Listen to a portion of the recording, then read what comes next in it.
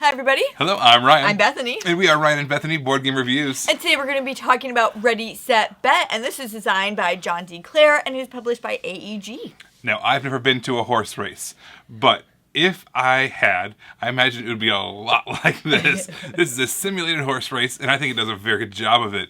Basically, what's happening is you're rolling dice, you're moving all these horses to simulate how fast they're going, and everyone's betting as fast as possible in real time, trying to get as much money as possible.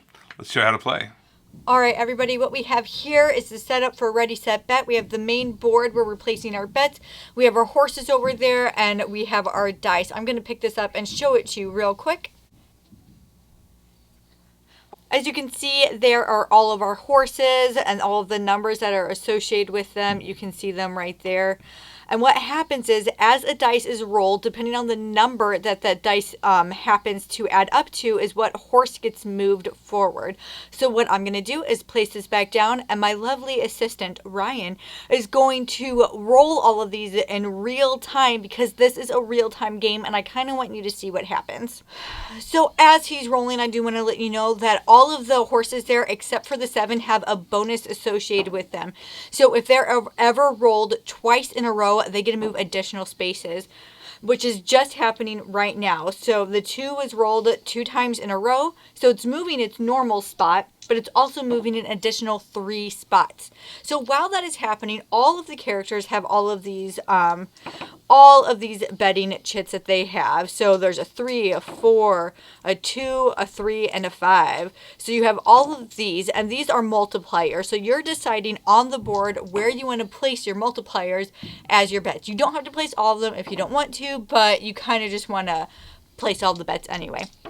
So what's going on is the main part right here is the win, place, and show category for the horses listed right here. If you bet in the win category, you're saying that you believe the horse number that you bet on is going to be first. If you do the place category, you're saying that you believe the horse you bet on is going to be first or second. Show means that the horse you bet on, you believe is going to be first, second, or third. And as you see, there's a lot of places on here, but some of them have another number attached to it. So I think that the number 2 and 3 horse is doing really well. So I'm going to bet at the very top, which all have negative numbers associated with them.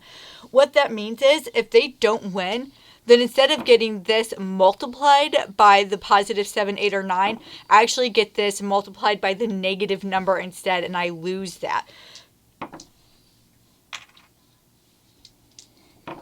I'm going to risk it anyway because that's how I play. So all of the spots you see right there, only one person can be there. But there's other places that you can bet. You can bet right there where you say that red is going to win. Red is the highest probability, so the payout is the least. Then there's another bet that you can bet that yellow is going to win, which has a medium probability, and it pays out medium. But you can also bet that blue is going to win, and blue being the 2, 3, 4, 10, or 11, and 12 horse, and you get paid out that amount. There's also negatives associated with all of them. You also get more places that you can bet up there in the prop bet. Let me pull one up so you can see what I'm talking about. You can bet that you think that horse 5 is going to be further than horse 6. As you see, the payout, the multiplier is only a 2 and the negative is only a 1, but still this is something that you can do if you don't feel like you have anything else going for you, or if you're like me, you just like to throw stuff out like random. So over here, my lovely assistant just crossed the red line for one of the horses. Once 3 horses cross that red line, you can no longer take any more bets. So you have to pay attention to what's happening there as you're trying to place bets and try to wait until the very end. But if any of those, if the 8 got rolled 2 times in a row, it would have already passed that because of the multiplier that's associated with that. I did mention that you can only place bets in one place, one person per space. There is one place where that does not apply, and that's right here. The exotic finish. You can see on the card that there is a place for 3 people to place a bet here, so more than one person can be here. You'll get another one of these every round. This is for race 1. That's what we have out right now. Race 2, race 3, and race 4. So this is going on while everybody is placing their betting tokens while the house is rolling. We're almost to the point where we can't place any more bets anymore as the game is progressing. So the person who is rolling the dice would typically be shouting out everything that's happening as it's being rolled so the players can see what's happening. Even though they can see what happened, but just so they can hear what's happening as well while that is going on.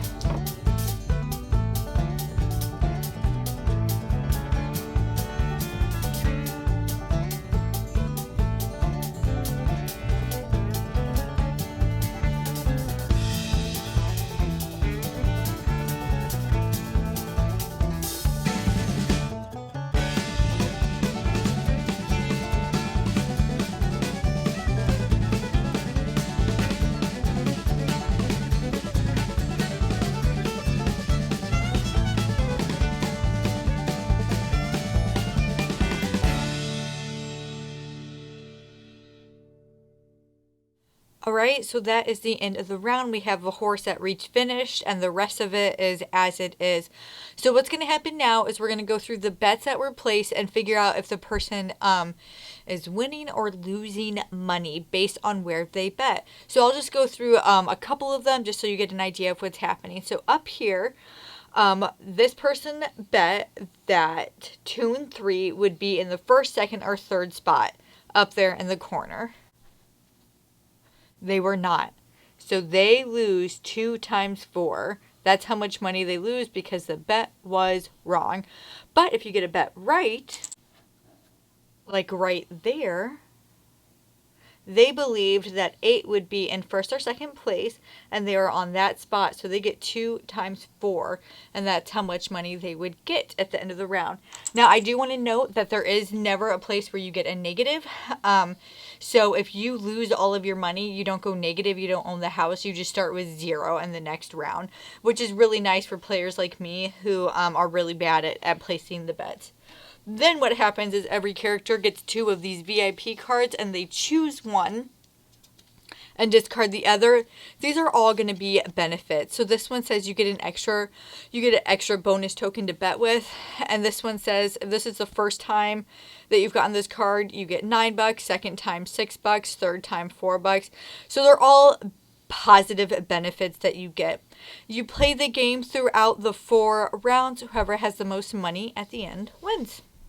There are so many options. There's all these places that you can bet, like all of these places, and all of them do different things. And some of them have like negative things, but some of them also give you like a ton of stuff. And then sometimes like the horse is just going really well, so you're like, I'm definitely going to get this. And then you lose all of it.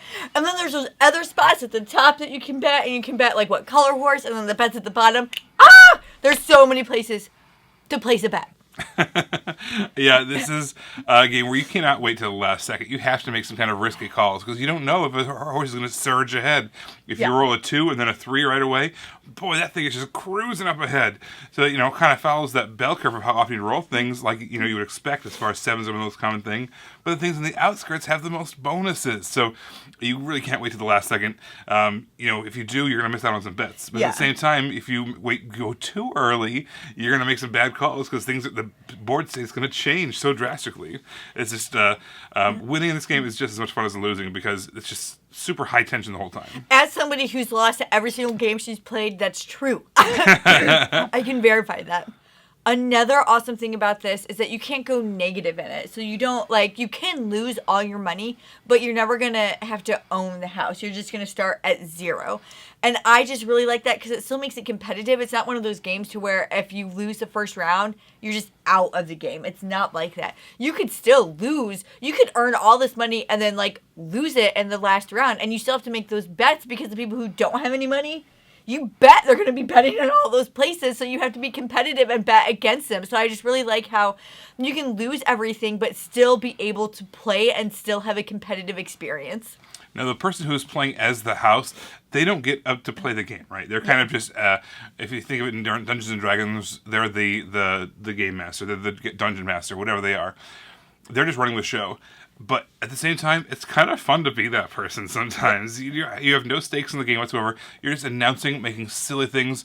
Okay, we've got the horse number 2 and 3 off to a fast start. Oh boy, oh boy. Just making all kinds of crazy race things going on. And it's just really fun to be that person. At the same time, it's fun to not be that person. It's fun to be taking part in the betting and the excitement and the adrenaline of all of that part of it. And so having both parts of this game be options for players is a lot of fun.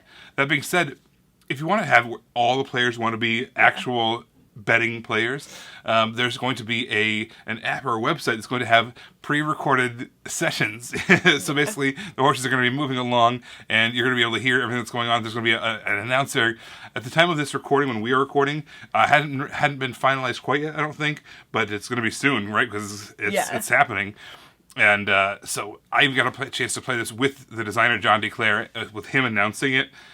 It was so much fun. He's an excellent announcer, and I heard that he's going to be on some of the recordings, be the voice. And you're probably not going to know which ones are which, but the fact that the person who designed the game is going to be expertly announcing the horses racing is a lot of fun. Oh my gosh, you guys, I loved this game. I loved this game so much. I was shouting when we were playing with it. I became a different person when we were playing this game. I was yelling at Ryan every time he was I had the to house. go to betsoft.com or Gamblers Anonymous. It was like she was like a crazed mania person. Oh my gosh, it was so much fun. I want everybody to play this game. I want to take this game to work.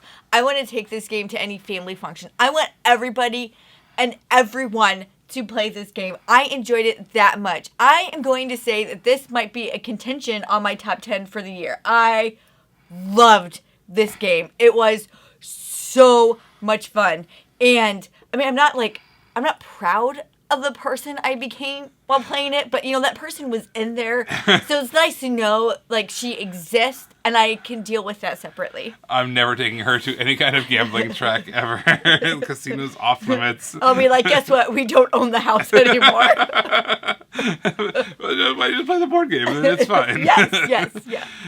You guys, the concept of betting on horses, betting on a race is just so intuitive. You just kind of understand which horse you think is going to win, and then bet on that horse. And if it doesn't win, you lose some money. It's so simple and so easy. But at the same time, there's strategy and there's it's not strategy is the right word, but there's thinkingness that you can do and try to plan ahead and make the choices that you think are going to be the payoff the best for you, and you have to do it in as fast, split-second decisions because everyone else is doing the same exact thing and they're analyzing the situation and they're trying to figure out what the best possible payouts are going to be. So this was just a silly, fun game. It still had some thinkiness to it. Adrenaline is just pumping like crazy at this game. I don't think I've played a game like this. Maybe Captain Sonar. Or it was the closest thing I can think of to a real-time game where you're just that elevated, right? This is just an unbelievably fun game. Like I said, playing it with the designer made me biased a little bit, but it was the real deal. I didn't play with the designer, and I absolutely loved it. I had so much fun when playing this game. So much fun. And I'll go to counseling. It's fine. Pray for us. You guys, that's Ready, Set, Bet, a really good time. Yeah. Well, everybody, make sure to subscribe so you can see our videos as they come out. Until then, you can find us in all of these places. You guys, thanks for watching, and we will see you next time. Bye.